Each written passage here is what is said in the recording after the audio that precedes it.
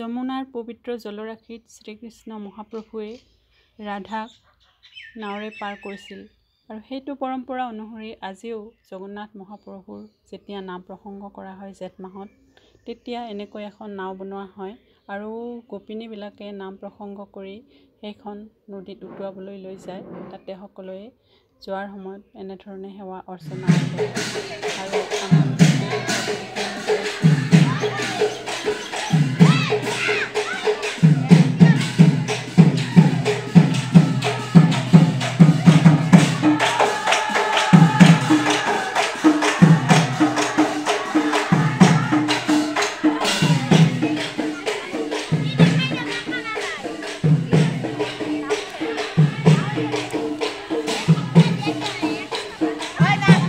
বহুতি দামোদৰীয়া নামঘৰত এই জগন্নাথৰ নাম পালন কৰা হৈ আছে। আপোনালোকে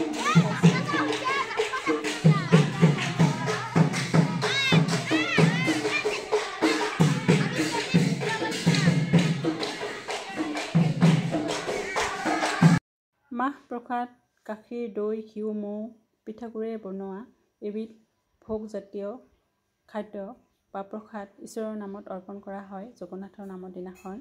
আৰু আমাৰ ইয়াত এইটো এটা বেলেগ ধৰণৰ ধৰ্মীয় উৎসৱ। কোন কোন ঠাইত তেনেকুৱা উৎসৱ পালন কৰা হয় আপোনালোকে মোৰ ভিডিঅ'টো চাই জনাবলৈ নাপাহৰিব আৰু লগতে লাইক কমেণ্ট শ্বেয়াৰ কৰিব।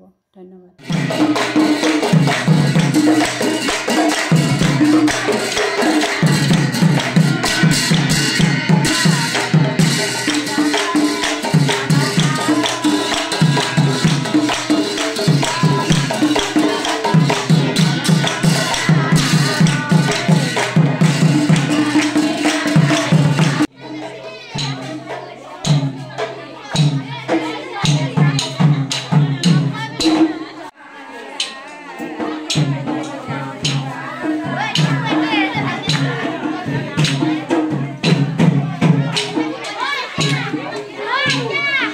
Vai,